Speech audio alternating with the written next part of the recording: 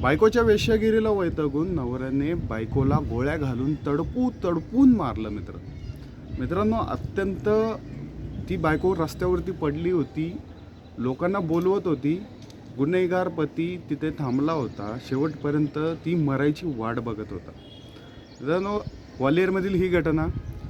ग्वाल्हेरमध्ये अरविंद ठाकूर नामक व्यक्ती, त्याची बायको नंदिनी ही अक्षरशः ज्या गोष्टी करत होती त्या गोष्टीला वैतागून अरविंदने तिची हत्या केली. नमस्कार मित्रांनो, मी तुमचा विकास आणि आज आपण बोलणार आहेत या एका टॉपिकवरती, ज्या टॉपिकला पाहून पूर्ण देश हादरून गेलेला आहे. मित्रांनो, देशामध्ये 2 गट पडलेले आहेत या केसबद्दल. एक लोक असं म्हणतात की जे अरविंदने केलं ते खरं आहे, कारण मुलांकडनं साईड घेणारे लय कमी आहेत आजकाल.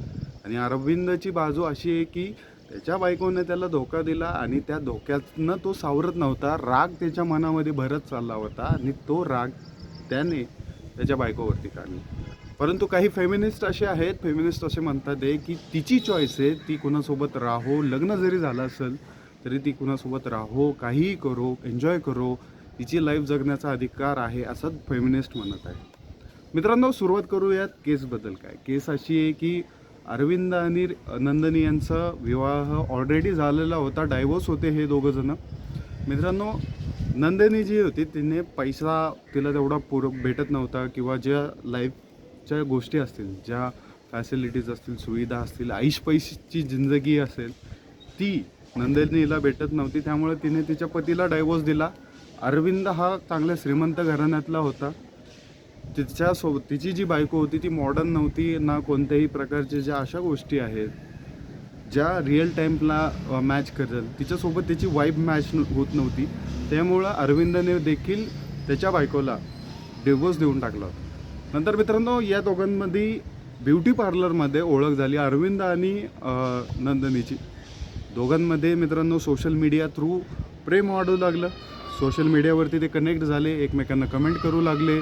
फोटोला लाईक करणं असेल, मॅसेज असेल, चॅटिंग असेल, भेटणं असेल, भेटण्यामधनं संबंध तयार होत चालले. मित्रांनो, अरविंदनी निर्णय घेतला की नंदिनीसोबत तो लग्न करणार. नंदिनीसोबत त्यांनी लग्न केलं. मित्रांनो, नंदिनीसोबत लग्न केल्यावरती काही दिवसांमध्ये नंदिनीचा जो स्वभाव आहे तो बदलत चालला होता, हे अरविंदला कळत होतं. मित्रांनो, नंदिनी ऑलरेडी खूप साऱ्या लोकांसोबत संबंधात होती. तिचे खूप सारे बॉयफ्रेंड होते, शारीरिक संबंध होते तिचे, आणि हे अरविंदाला कुठंतरी जाणवू लागलं होतं. मित्रांनो, त्यांनी चौकशी केली असता, सर्व गोष्टी केल्या असता, तिचे मल्टिपल बॉयफ्रेंड्स आहेत, खूप साऱ्या लोकांसोबत तिचे रिलेशनशिप आहेत, हे अरविंदाला समजलं. मित्रांनो, यानंतर असं घडलं की अरविंद वैतागूला. अरविंद सराहित गुन्हेगार होता. जानेवारीमध्ये त्याची बेल झाली होती, तो बाहेर आलेला होता. आणि मित्रांनो, त्यानंतर तो संसाराच्या मार्गावरती जाण्याचा प्रयत्न करत होता. परंतु जी स्त्री भेटली, तिचं सगळं कॅरेक्टर जे होतं ते या प्रकारचं होतं. त्यामुळं अरविंद दिवस रात्र स्वतःला मनामध्ये खात होता. दोघांमध्ये खडके उडू लागले. अक्षरशः फेसबुकवरती नंदिनी जी आहे, कुठल्या पण बर्थडे पार्टी पोरांच्या जायची, तिथे सेलिब्रेट करायची, त्यांच्यासोबत 3-3, 4-4 पोरं असायचे, त्यांच्यासोबत फोटो फेसबुकवरती आणि सोशल मीडियावरती अपलोड करायची. त्यानंतर मित्रांनो, त्याच्यावरती अक्षरशः अरविंद कमेंट करून विचारायचा की ह्या कोण आहेत, हे कुठले नवीन रिलेशन्स आहेत, यांसारख्या कमेंट्स अरविंद त्यांना करून विचारायचा. त्याला रिप्लाय नंदिनी अक्षरशः तिथल्या तिथे द्यायची. मित्रांनो, यांच्या दोघांमधला जो खातेदारपणा आहे तो वाढू लागला. आणि मित्रांनो, त्यानंतर दोघंही लांब जायचा प्रयत्न करू लागले. नंदिनीला बॉयफ्रेंड होता ऑलरेडी, आणि करंटली ती अजून एका मुलासोबत रिलेशनशिपमध्ये पण होती, आणि तिचं लग्न देखील झालं होतं.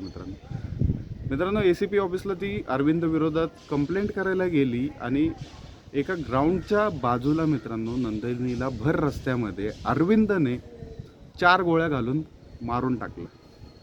4 गोळ्या घातल्या, आणि अरविंद तिथं थाटात बसला होता. जे लोक येत होते त्यांना गन दाखवत होता, तुम्ही हिला मदतीला याल तर मी तुम्हाला देखील मारेल. मित्रांनो, मला ह्याची तडप बघायची आहे, असं अरविंद त्यावेळेस बोलत होता. ती तडपताना बघून जी मला मजा येते हे अरविंद बोलत होता. आणि या सर्व गोष्टी करून अरविंदला कोणत्याही प्रकारचा पस्तावा झाला नाही आहे असं अरविंदांनी सांगितलेलं आहे.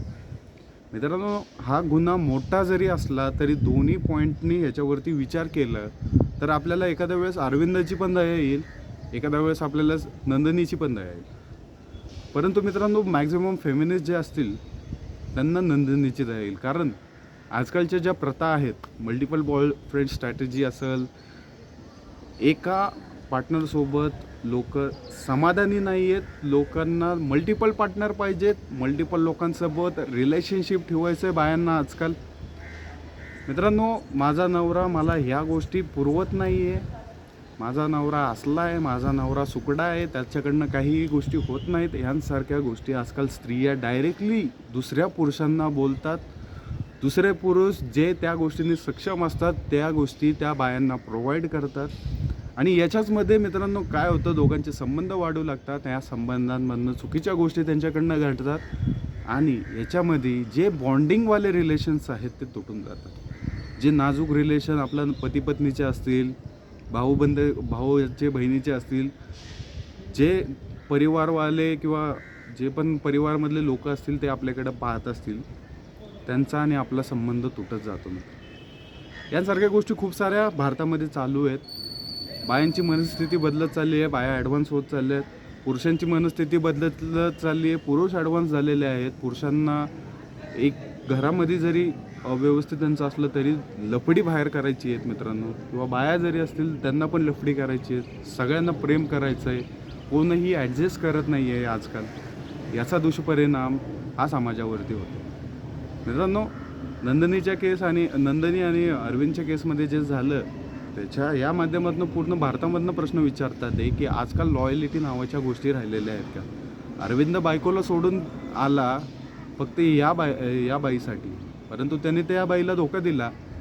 त्यानंतर या बाईसाठी तो आला, परंतु या बाईची 50 लफडे निघली. त्या एका गोष्टीवरती त्या अरविंदाने तिला मारून टाकलं. मित्रांनो, अशा अनेक केसेस आहेत ज्या होतात ते पूर्ण भारतामध्ये. आपल्याला विचार करण्याची गोष्ट आहे. तुम्हाला काय वाटतं तुम्ही कमेंट करून सांगा या केसवरती. अरविंदाजीने जे केलं तेच बरोबर होतं का नंदिनीने जे केलं ते बरोबर? भेटूया नेक्स्ट एपिसोडमध्ये. जय हिंद, जय महाराष्ट्र.